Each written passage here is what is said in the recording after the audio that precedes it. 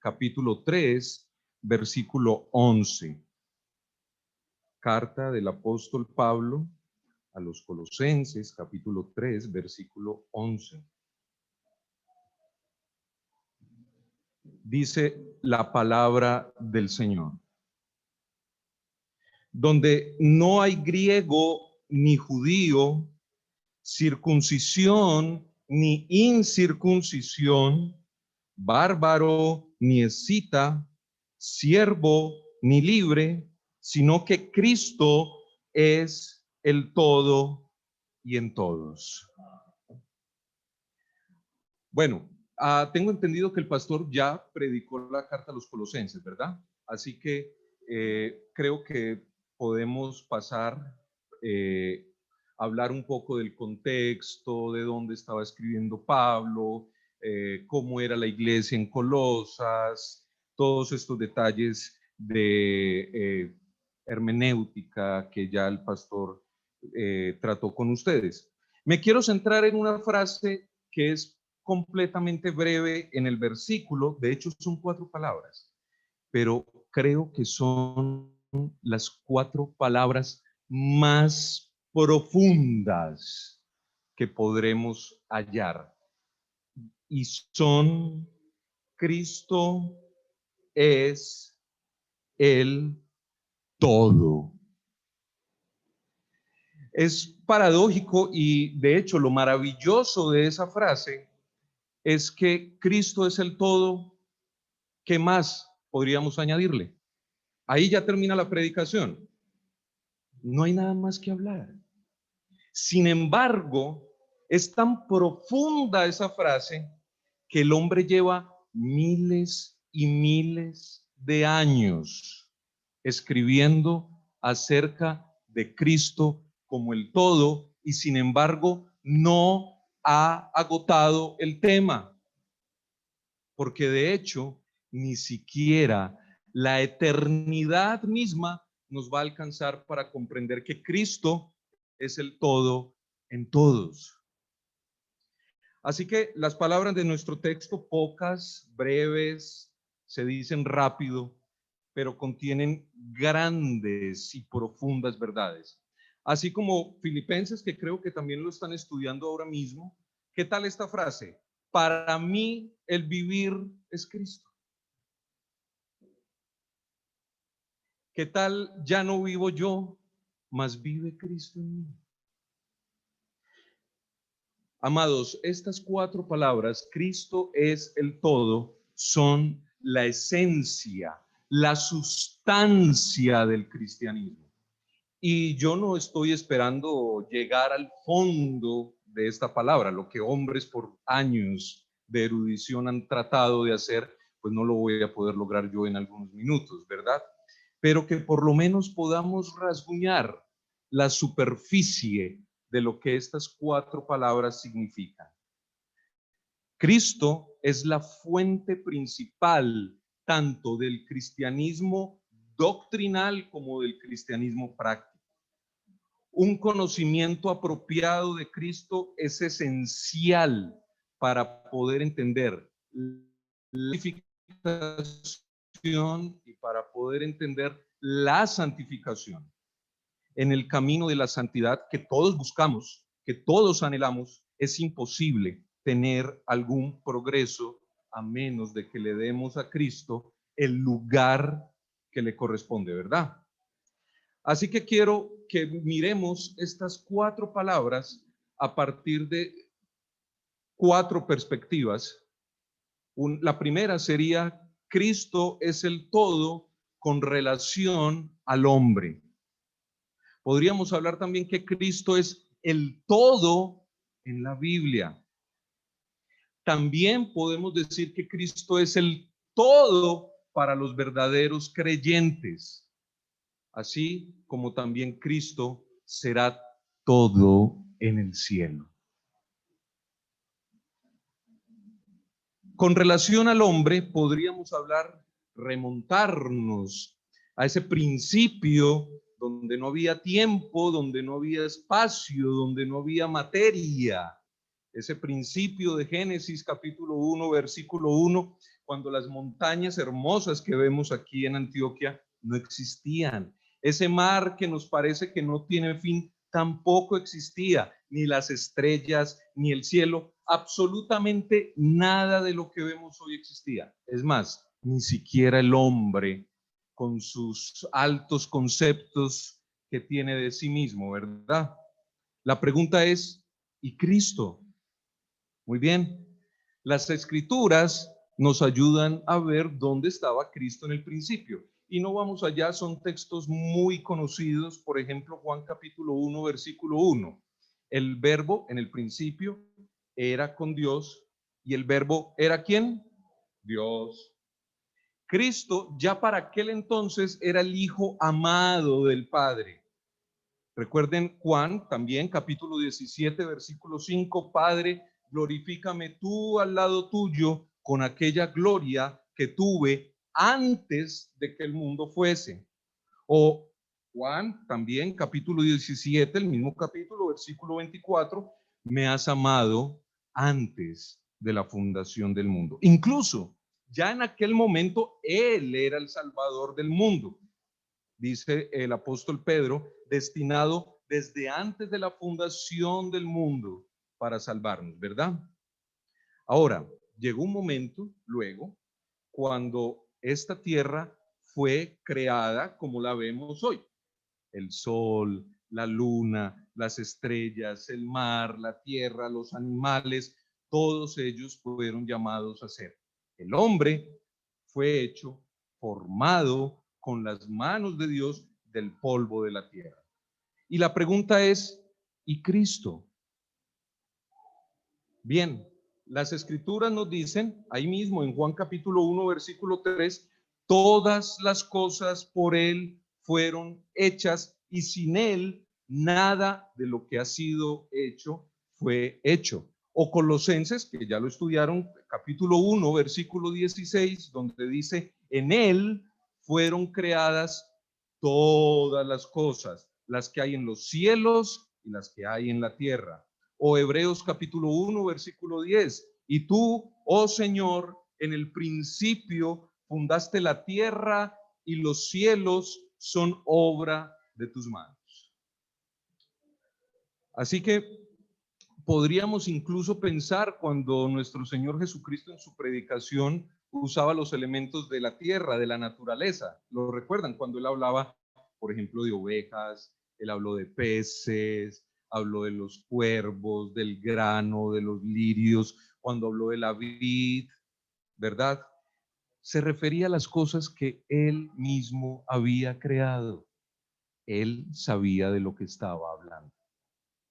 Ahora, llegamos al momento más triste en la historia de la humanidad. Génesis capítulo 3. Cuando el pecado entró en el mundo. Adán y Eva comieron el fruto prohibido, ustedes conocen la historia, perdieron la naturaleza santa con la que fueron creados, perdieron la amistad, el favor de Dios, se convirtieron en seres culpables, corruptos, pecadores, sin esperanza. El pecado a partir de ese momento se convirtió en una barrera insuperable para el hombre. Dios tuvo que tratar con ellos de acuerdo a su pecado. Ahora, delante de Adán y Eva, solo había muerte, infierno y ruina eterna. Perdónenme que sea fuerte, pero ustedes están acostumbrados a este lenguaje, ¿verdad? Además es lo que la Biblia nos dice. La pregunta es, ¿cuál? Amén. Y Cristo, en ese preciso momento, a nuestros padres le fue revelada la única esperanza de salvación. ¿Quién? Cristo. El mismo día en que desobedecieron, se les dijo que un Salvador nacido de mujer vencería a la simiente de la serpiente, es decir, al diablo, y de esa manera ganaría la vida eterna para el hombre pecador. Génesis capítulo 3, versículo 15, el protoevangelio, ¿verdad? El primer evangelio. Cristo fue presentado como la verdadera luz del mundo en el mismo día que cayó el hombre. A partir de ese día, amados, nunca se ha dado otro nombre en el cual las almas puedan ser salvas más que en el nombre de Jesús. Por él, todas las almas que han entrado al cielo desde Adán en adelante, sin él nadie podría escapar a las garras del infierno. Muy bien. Sin embargo, y a pesar de eso, llegó un momento en el que todo el mundo estaba sumido en una profunda ignorancia acerca de Dios.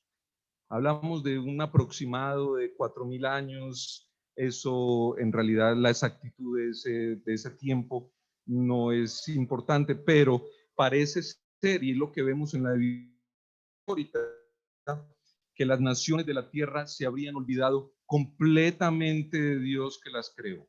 Tenemos el imperio egipcio, el asirio, el persa, el griego, el romano, que todos estos imperios al final no hicieron más que extender superstición, idolatría.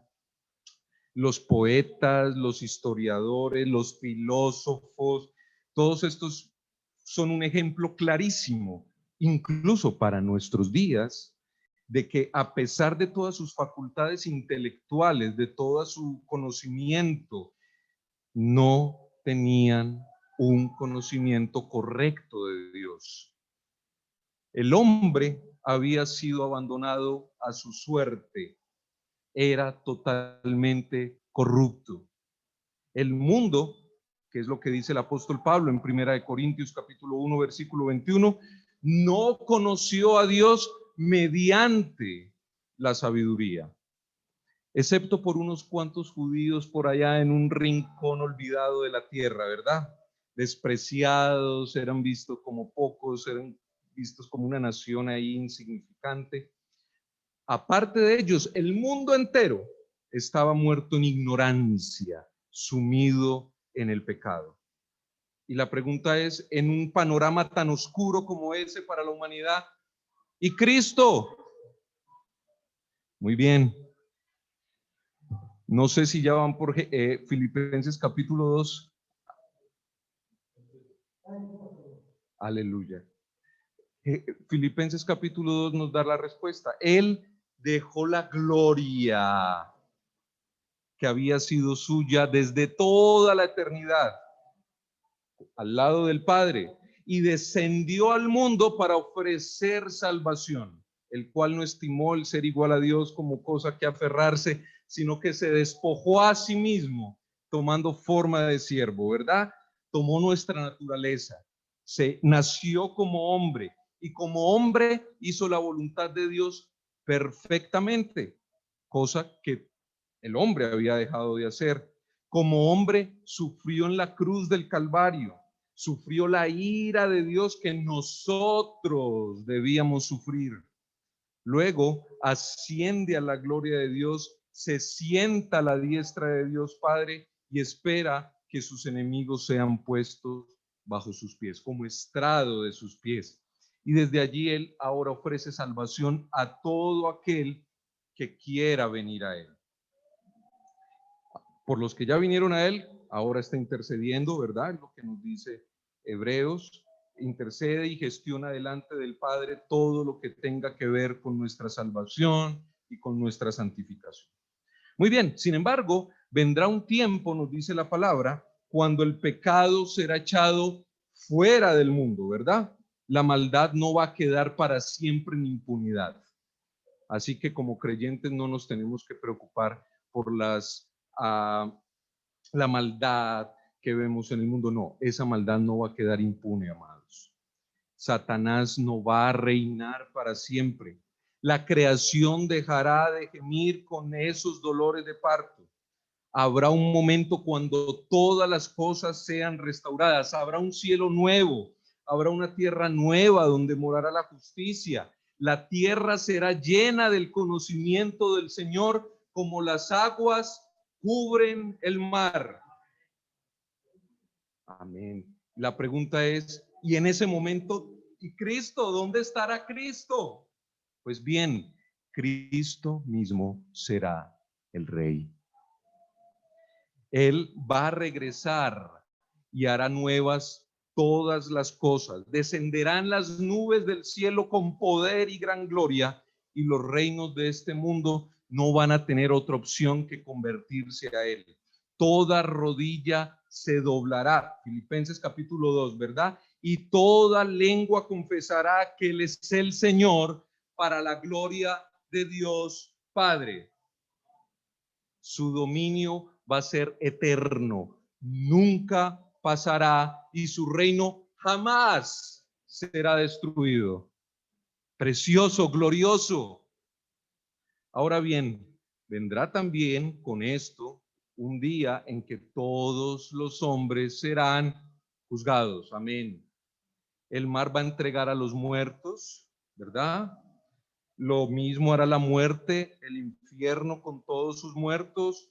Todos los que duermen en la tumba despertarán, saldrán, y todos serán juzgados según sus obras. Unos para vida eterna y otros para condenación eterna, ¿verdad? Vergüenza, confusión perpetua. Y Cristo, en el día del juicio, Cristo mismo será, amén, el juez. El Padre a nadie juzga, sino que todo el juicio dio ¿a quién? Al Hijo. Juan 5:22. Porque es necesario, dice el apóstol Pablo en 2 de Corintios capítulo 5, versículo 10, que todos nosotros comparezcamos ante el tribunal de Cristo, para que cada uno reciba lo que haya hecho mientras estaba en el cuerpo, sea bueno o malo.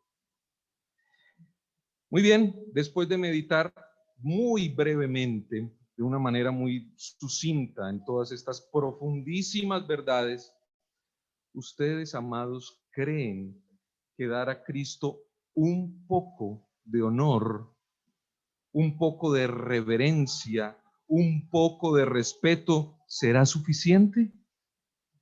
Hermanos, en todo el consejo eterno de Dios Padre, tanto en la creación, en la redención y en el juicio, ¿qué dice el apóstol Pablo que es Cristo?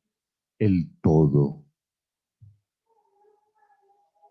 Eso nos lleva a una segunda consideración, y es cómo Cristo es el todo en la Biblia. Estamos haciendo un recorrido rápido por toda la historia, por toda la escritura, y encontramos que Cristo es el todo en ambas partes o en ambos testamentos, tanto en el Antiguo como en el Nuevo. Al principio lo vemos como sutilmente, ¿verdad? No se ve tan claramente. Por la mitad ya lo vamos viendo un poco más claro, y al final ya lo vemos total y completamente. Cristo es el todo en la Biblia. El sacrificio y muerte de Cristo por los pecadores, el reino de Cristo y su futura gloria son la luz, son lo que el hilo conductor que tenemos que buscar en cualquier libro de las Escrituras que leamos. La cruz de Cristo, su corona, son la clave, son la llave que va a abrir cualquiera de esos pasajes que son como aparentemente oscuros, que a veces nos da como una aparente dificultad para entender. Pues bien, esa es la razón por la que muchos no entienden la Biblia. ¿Por qué? Porque no usan la llave, y esa llave es Cristo. Todo el sistema sacrificial del Antiguo Testamento, ese libro de Levítico que a veces a la gente le da tanta pereza leer. Pues bien, todo ese sistema estableció a Cristo crucificado. Cada animal que se ofreció en un altar era una confesión práctica de que era necesario que Cristo muriera por los pecadores. Un Salvador que quitara el pecado del hombre por su sufrimiento como sustituto, es decir, que padeciera en lugar nuestro. Fue a Cristo a quien Abel miró cuando ofreció un mejor sacrificio. Fue de Cristo de quien profetizó Enoc en esos días de extrema maldad antes del diluvio. Fue Cristo a quien vio Abraham cuando habitó en tiendas en la tierra prometida. Por la fe, él, dice, vio el día de Cristo y se gozó. Él lo veía por fe y se gozaba. Fue Cristo de quien habló Jacob a sus hijos antes de morir. ¿Recuerdan cuando les dice: no será quitado el cetro de Judá, ni el legislador de entre sus pies, hasta que venga Silo, y a él se congregarán los pueblos? Fue Cristo quien constituía la sustancia de la ley ceremonial que Dios dio a Israel por medio de Moisés. El sacrificio de la mañana y de la tarde, el derramamiento continuo de sangre, el altar, el propiciatorio, el sumo sacerdote, la Pascua, el día de la expiación y el chivo expiatorio. Estas eran imágenes, tipos y emblemas de Cristo. Dios tuvo compasión de la debilidad de su pueblo y Él les fue enseñando a Cristo paso a paso, línea por línea, como cuando le enseñamos a un niño pequeño. Fue Cristo hacia quien Dios dirigió la atención del pueblo de Israel con todos los milagros que hacía diariamente ante sus propios ojos en el desierto. La columna de fuego en la noche y de nube en el día, la que los guió en el desierto, el maná del cielo que cada mañana les daba de comer al pueblo de Israel, el agua de la roca golpeada, la serpiente de bronce. En aquella ocasión, cuando Dios envió una plaga de serpientes ardientes sobre ellos, ¿la recuerdan? Todos esos fueron tipos y emblemas de Cristo. Fue Cristo de quien era un tipo todos los jueces: Josué, Gedeón, Jefté, Sansón, todos ellos y más los demás que Dios mismo levantó para librar al pueblo de Israel, todos eran tipos de Cristo. Recuerden que eran débiles, ¿verdad? Eran inestables, eran deficientes en la labor que Dios les había encomendado, pero todos ellos fueron usados para mostrarle al pueblo de Israel que vendría algo mejor. Dios tuvo la intención de recordarle a las tribus de Israel que para ellos estaba preparado un libertador superior, un juez superior. Fue Cristo de quien el rey David era un tipo también, ungido y elegido cuando pocos lo honraban, cuando Saúl lo perseguía para asesinarlo, ¿verdad? Que él tuvo que huir para poder salvar su vida. Un hombre que sufrió durante toda su vida, y en todas esas cosas David representaba o era un tipo de Cristo. Fue Cristo de quien todos los profetas, desde Isaías hasta Malaquías, hablaron. Dice el apóstol Pablo que ellos vieron a Cristo como a través de un espejo. ¿Recuerdan? Como oscuramente. Algunas veces anunciaron los sufrimientos de Cristo, otras veces anunciaron las glorias que vendrían a Cristo reinante. A veces fueron movidos por el Espíritu Santo para escribir de los tiempos de Cristo crucificado, a veces de los últimos días, pero lo cierto es que la muerte de Jesús o Jesús reinando es el pensamiento que siempre encontramos en la mente de los profetas. Y ni hablar del Nuevo Testamento, ¿verdad? Ya los evangelios podríamos decir que es Cristo viviendo, hablando, caminando entre los hombres. Los hechos son Cristo predicado, publicado, proclamado. Las epístolas son Cristo escrito, explicado, exaltado.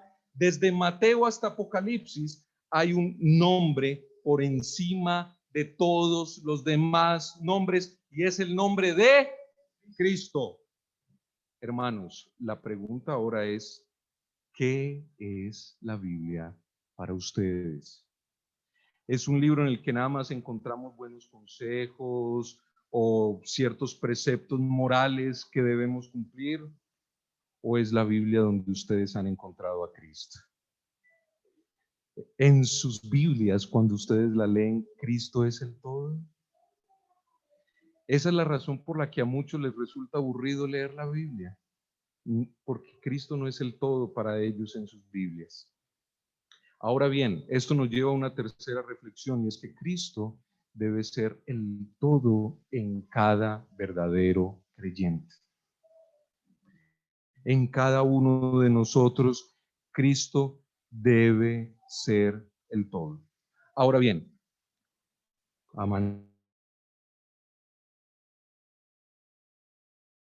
la obra de Dios el Padre y Dios el Espíritu Santo en la vida de cada creyente, ¿verdad? La elección de Dios el Padre, la santificación del Espíritu Santo actúa en nosotros para efectuar la redención en todos los que somos salvos. Entre la Trinidad hay una perfecta armonía. Los tres cooperan, obran conjuntamente para liberar al hombre del pecado y del infierno, ¿verdad? No estoy tomando en poco ni disminuyendo la obra de Dios el Padre y Dios el Espíritu Santo. El Padre es misericordioso, el Hijo es misericordioso, el Espíritu Santo es misericordioso, ¿verdad? Los tres al comienzo dijeron, hagamos, y los tres ahora están diciendo, redimamos y salvemos al hombre. No estoy mutilando la Trinidad. Lo que estoy diciendo es que sí podemos ver en las Escrituras que el mismo sentir de la Trinidad es que Cristo sea exaltado prominentemente, es que Él sea en la salvación de los hombres presentado como ese verbo mediante el cual da a conocer Dios su amor a los pecadores. La encarnación y la muerte expiatoria de Cristo en la cruz conforman esa piedra angular sobre la cual se apoya todo el plan de salvación. Cristo es el camino, la verdad, la vida, es la puerta, es la raíz, es la vid, en donde todos tenemos que ser injertados, ¿verdad? Cristo es el único lugar de encuentro entre Dios, el hombre, entre el cielo, la tierra, entre la Santa Trinidad y los pecadores hijos de Adán. Es Cristo a quien Dios el Padre ha señalado y Él lo ha asignado para que dé vida al mundo entero. Por supuesto, estoy hablando de los elegidos, ¿verdad? No se me malinterprete. Es a Cristo a quien Dios le ha dado un pueblo para que lo lleve a la gloria. Es Cristo de quien el Espíritu da testimonio y a quien el Espíritu mismo guía a las almas para que vengan a Él en arrepentimiento y fe.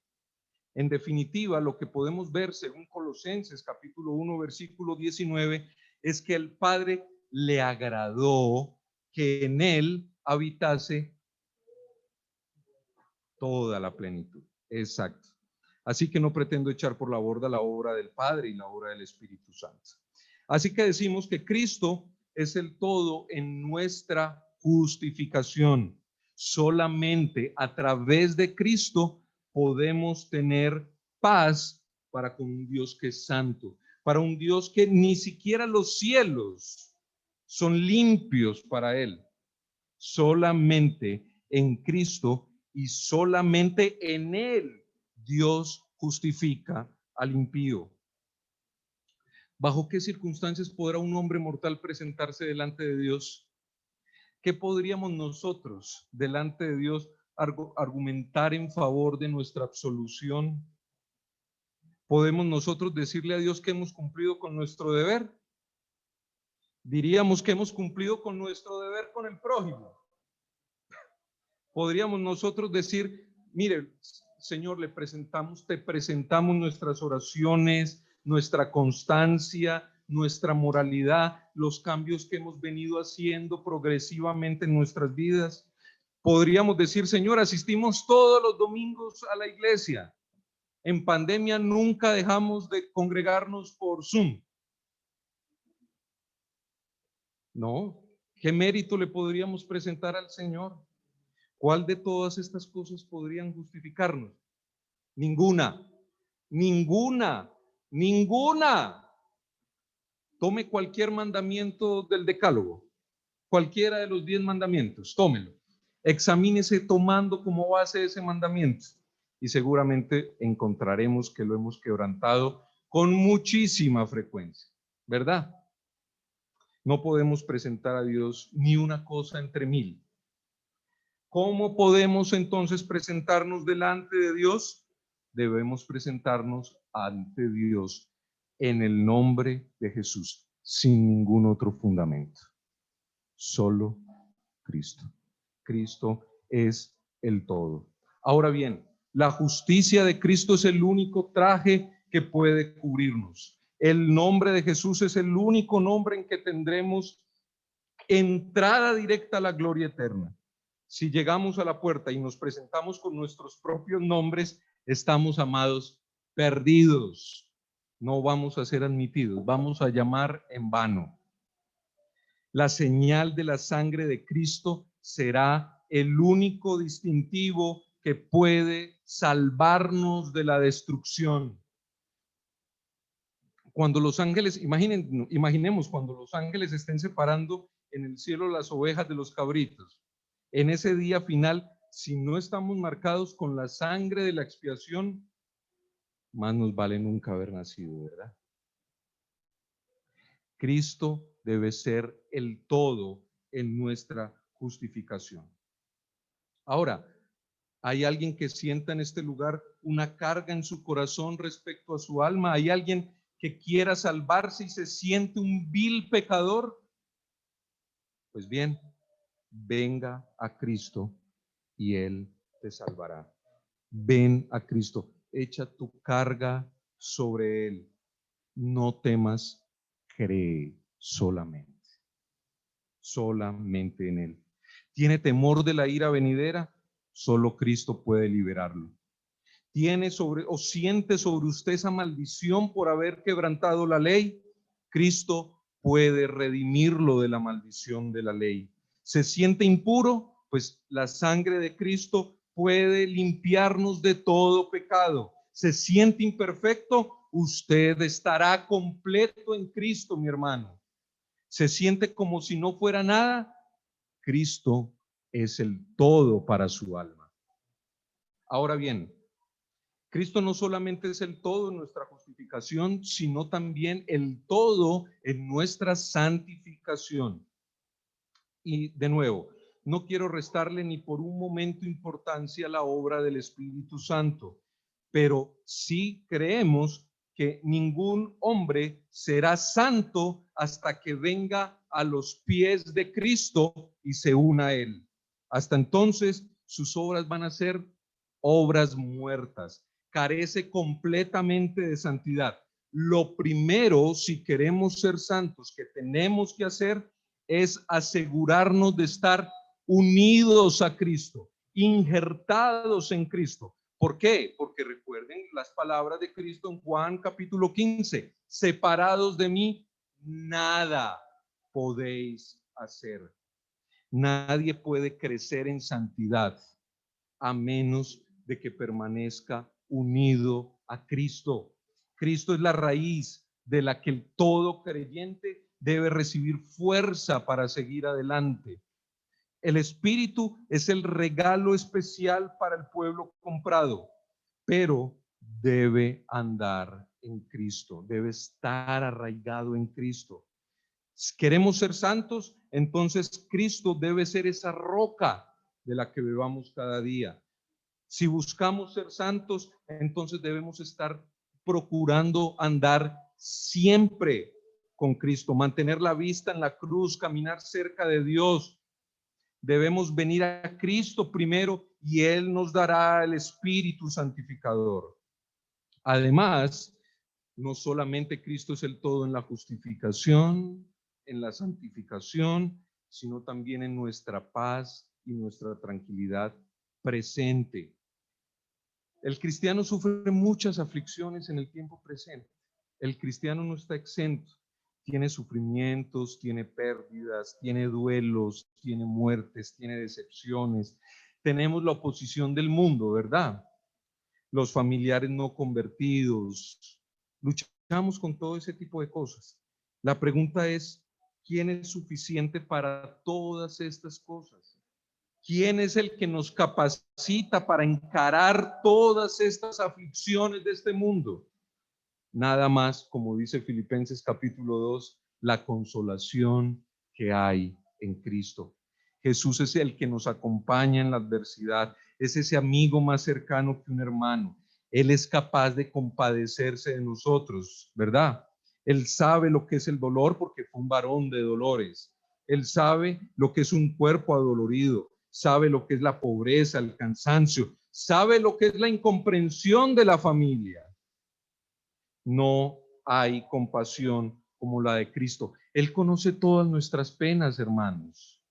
No hay nada que se escape de su vista. Cuando sufrimos, Él se duele. Pero recordemos las palabras del salmista: en la multitud de mis pensamientos dentro de mí, tus consolaciones alegraban mi alma.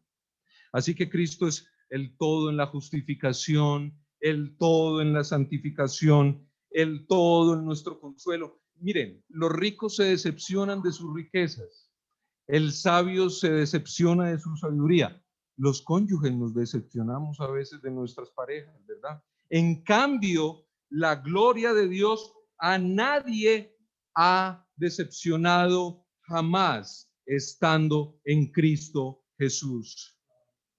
Ahora bien, no solamente Cristo es el todo en nuestra tranquilidad y paz en el tiempo presente, sino nuestra esperanza en el tiempo por venir.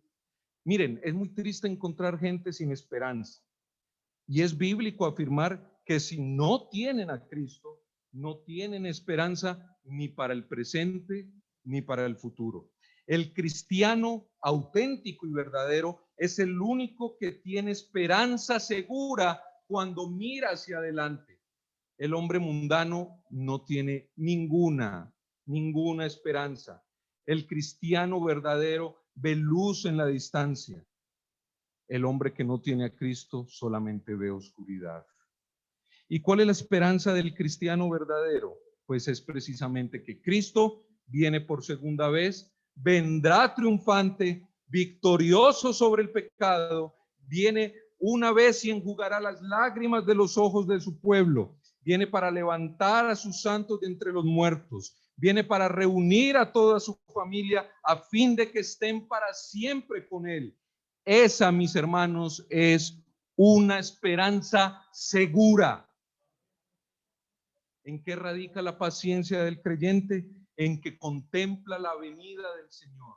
La paciencia del creyente radica en que sabe que este tiempo es corto y estamos esperando la venida de nuestro gran Rey. El mundo no es nuestro hogar, estamos de paso, somos peregrinos, no estamos en nuestra casa. Él ha de venir y no tardará. Amados, Cristo viene y eso para el cristiano verdadero es suficiente. La gente habla de esperanzas, de expectativas, pero ninguno tiene esperanzas sólidas aparte de Cristo.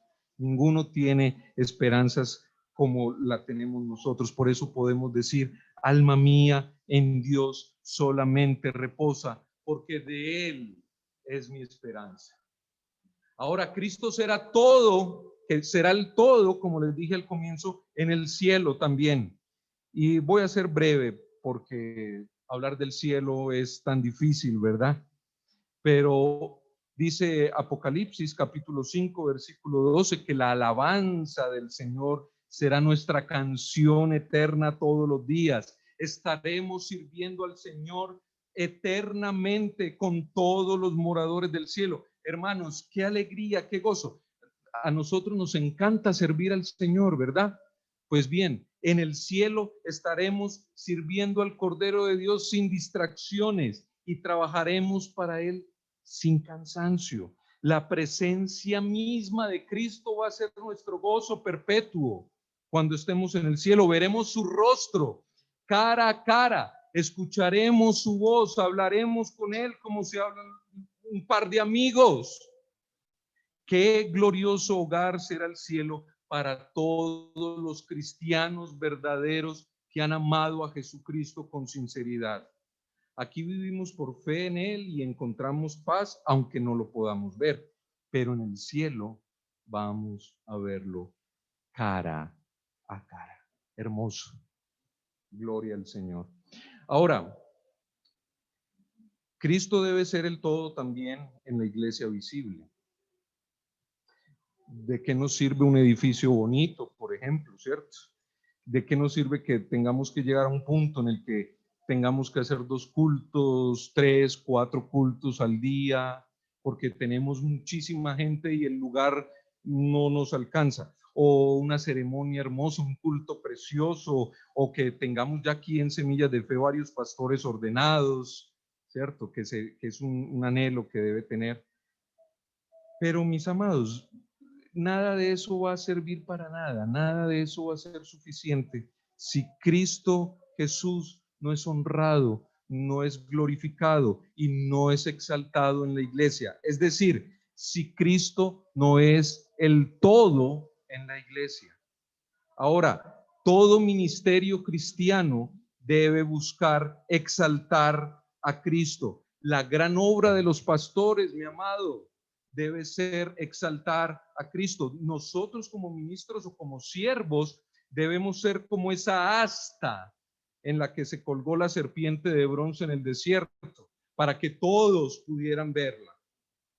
Somos útiles en la medida, en el ministerio, en la medida en que exaltemos a Cristo. Si estamos pretendiendo exaltarnos a nosotros mismos, si estamos pretendiendo que los hombres pongan su mirada en nosotros, si estamos pretendiendo ser nosotros exaltados, alabados, aplaudidos, pues ese ministerio el Espíritu Santo nunca lo va a honrar, nunca.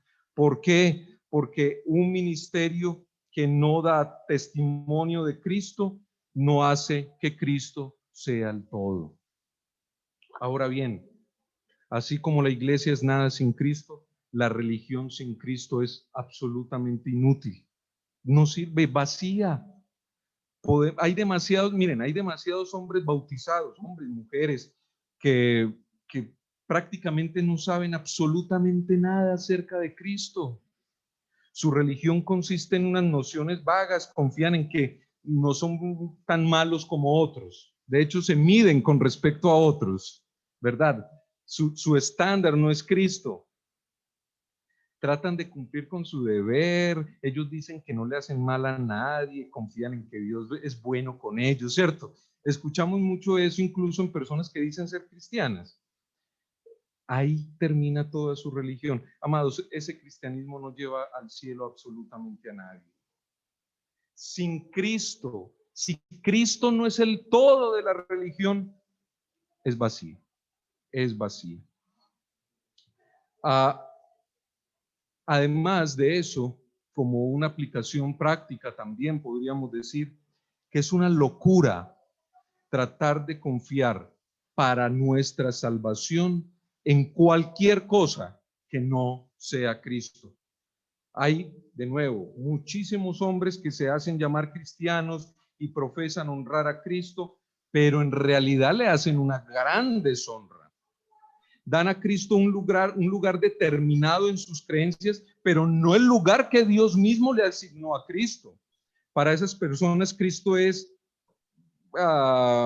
Cristo y la iglesia, Cristo y los sacramentos, ¿verdad?